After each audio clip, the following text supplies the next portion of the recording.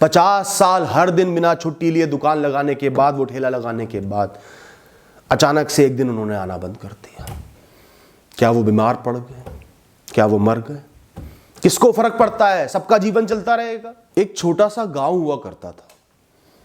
उस गांव के कोने में एक छोटी सी मार्केट लगती थी, हाट लगती थी हर शाम को, जहां फल सब्जी तरह तरह के सामान बिकते थे कुछ दुकानों पर। उसी मार्केट के कोने पर एक बुजुर्ग अपना छोटा सा ठेला लगाते थे। घर से ही कटे हुए आलू, आधे तले हुए आलू लेकर आते थे, मार्केट में आकर उनको तलते और लोगों को बेचते। थोड़ा सा कुछ मसाला डाल देते और अपने प्रेम के शब्दों से उनको सजाते और बहुत ही सस्ते दामों पर लोगों को बेचते। थोड़ा ही सामान लेकर आते, चंद घंटे वहां रहते, फिर वापस चले जाते शांति से, मधुर गाने गुनगुनाते हुए। पास ही एक मंदिर था, बड़ा प्राचीन था। उसी के बराबर में एक छोटी सी कुटिया में वो रहते थे। बिल्कुल अकेले रहते थे, उनका कोई नहीं था। बचपन से ही अनाथ हो गए थे, ना शादी हुई। आधा दिन मंदिर में बिताते, पूजा करते, पाठ करते, किताबें पढ़ते, फिर घर जाकर तैयारी करते और शाम को 3 घंटे मार्केट में बिताते, लोगों के बीच में बिताते और चैन से सो जाते। उनका कोई परिवार तो नहीं था, पर वो लोगों को अपना परिवार समझते। जो भी उनके पास आलू खाने के लिए आता, वो उससे परिवार वाले की तरह बात करते, उससे पूछते कि उसका दिन कैसा बीता, कि वो खुश है जीवन में, नहीं है, उसके जीवन में कोई परेशानी है तो बताए।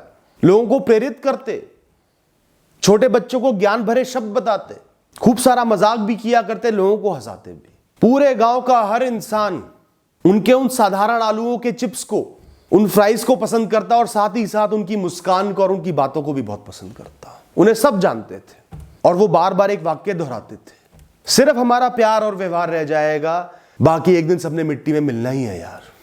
उन्हें पैसे का कोई लालच नहीं था, अपने जीवन में बहुत खुश थे, लोगों से बात करके खुश थे, धर्म करके खुश थे। उनकी कुटिया में झांक कर देखोगे तो कुछ भी नहीं मिलेगा, एक चारपाई मिलेगी, कुछ बर्तन मिलेंगे और कुछ भी नहीं था। पिछले 50 साल से वो उस गांव में ठेला लगा रहे थे। जिनके पोते आज उस दुकान पे जाके चिप्स खा रहे हैं, कभी वो भी उसी दुकान पर जाते थे। पर अब शरीर बहुत बूढ़ा होता जा रहा था, चेहरे पर झुर्रियां भरती जा रही थी, आंखें लटकती जा रही थी, हाथ कांपने लगे थे। ये तो समय की माया है। उनसे किसी ने पूछा कि आप अकेला महसूस नहीं करते? उन्होंने कहा, अकेला कैसे? मेरे पास तो मेरे ईश्वर हैं, वो तो मुझे बिना किसी कारण के ही प्रेम करते हैं, मुझसे कोई अपेक्षा ही नहीं रखते, उन्हें तो कुछ भी नहीं चाहिए, बस प्रेम करते हैं। और क्या चाहते हैं? कि मैं उनके होने का एहसास करूं, उन पर भरोसा रखूं।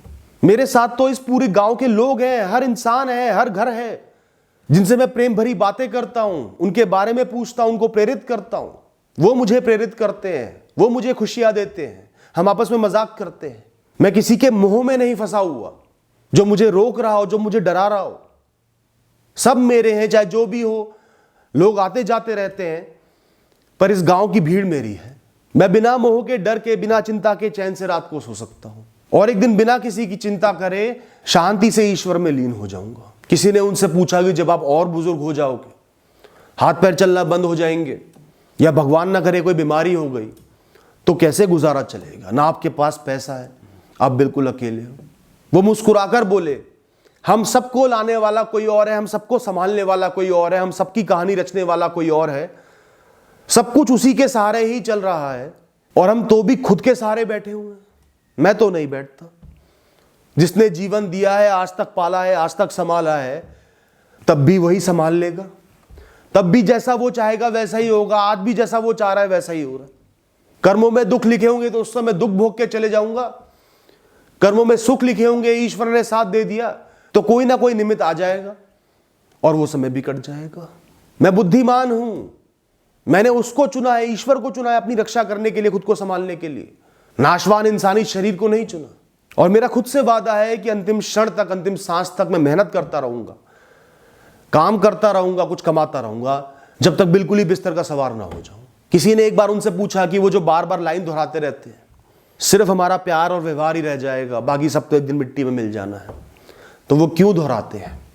तो उन्होंने कहा, मैं ये लोगों के लिए नहीं दोहराता, ये मैं खुद के लिए दोहराता हूं, अपने आप को समझाने के लिए दोहराता हूं कि सिर्फ मेरा व्यवहार, मेरा प्रेम, यही मेरी पूरी कहानी में रहेगा, यही उसके बाद रह जाएगा, बाकी सब कुछ नष्ट हो जाना है। जो भी मेरे पास भौतिकवादी वस्तु है सब नष्ट हो जानी है, शरीर भी नष्ट हो जाना है। इससे मुझे एहसास रहता है कि सबका भविष्य सबका अंधे की है, तो किस चीज का लालच करना, किस बात का लालच करना। किसी से नाराज हो जाता हूं तो उसको भुलाने में, माफ करने में ये शब्द मेरी मदद करते हैं, इसलिए मैं इनको दोहराता हूं। ये मेरे जीवन का मंत्र है। 50 साल हर दिन बिना छुट्टी लिए दुकान लगाने के बाद, वो ठेला लगाने के बाद अचानक से एक दिन उन्होंने आना बंद कर दिया। क्या वो बीमार पड़ गए? क्या वो मर गए? किसको फर्क पड़ता है? सबका जीवन चलता रहेगा। फर्क पड़ता है, फर्क पड़ा। जिस शाम उनका ठेला नहीं लगा, उस रात को पूरा गांव उनके घर के बाहर इकट्ठा हो गया कि क्या हुआ। बुजुर्गों से लेके बच्चे तक इकट्ठे हो गए। उनका वो प्रेम व्यर्थ नहीं गया। वो बहुत बीमार पड़ गए थे, बिस्तर पे पड़े हुए थे। लोग फल लेकर आए, डॉक्टर साहब खुद आए, आकर उनका इलाज किया, दवा दी। गांव वालों ने मिलकर सबकी ड्यूटी लगाई। हर दिन हर समय उनके साथ कोई ना कोई रहता। खाने पीने की कोई कमी नहीं होने दी। हर समय कोई ना कोई आता जाता रहता, मिलने के लिए आता, हालचाल पूछने के लिए आता जाता रहता। जीवन के इस कठिन समय में उस बुजुर्ग को एहसास हुआ कि उनका प्रेम व्यर्थ नहीं था और ईश्वर भी उनके साथ था। उनको एहसास हुआ कि इससे बड़ी सफलता क्या हो सकती है। जिसका कोई नहीं उसके सब है। एक क्षण भी परेशान नहीं जीने दिया। ऐसे कर्मयोगी और अच्छे इंसान के जीवन में ज्यादा दुख भोगना नहीं लिखा था। एक हफ्ते बिस्तर पर रहने के बाद वो एक सुबह मुस्कुराते हुए इस दुनिया को अलविदा कह गए। पूरे गांव ने कई दिन तक मातम बनाया और गांव वालों ने मिलकर फैसला किया, जहां वो अपना ठेला लगाते थे वहां पर उनकी एक मूर्ति बनवाई और जो शब्द वो बार बार कहते थे उन शब्दों को लिखवाया। सिर्फ प्यार और व्यवहार रह जाएगा, बाकी सब कुछ तो एक दिन मिट्टी में मिल जाना है। आने वाले सालों साल तक गांव वालों को वो शब्द प्रेम का भाव महसूस करने में, प्रेम रखने में, जीवन की सीखें लेने में मदद करते रहे, प्रेरित करते रहे। सालों साल बाद तक भी लोगों को उस इंसान की कहानी याद थी, उस बुजुर्ग की कहानी याद थी, उनका जीवन याद था। माँ बाप अपने बच्चों को उनके बारे में बताते थे। दोस्तों, इस कहानी को सुनाने का एक ही मकसद है। कई बार साधारण भी बहुत खास होता है, ज्यादातर साधारणता भी बहुत खास होती है। लोग साधारणता से नफरत करते हैं, सिर्फ भौतिकवाद से लोगों को परखते हैं। लेकिन दोस्तों, भौतिकवाद से ऊपर है आपका स्वभाव, आपका व्यवहार, आपकी आंतरिक मजबूती, आपके उसूल, आपकी अच्छाई, आपकी मुस्कान।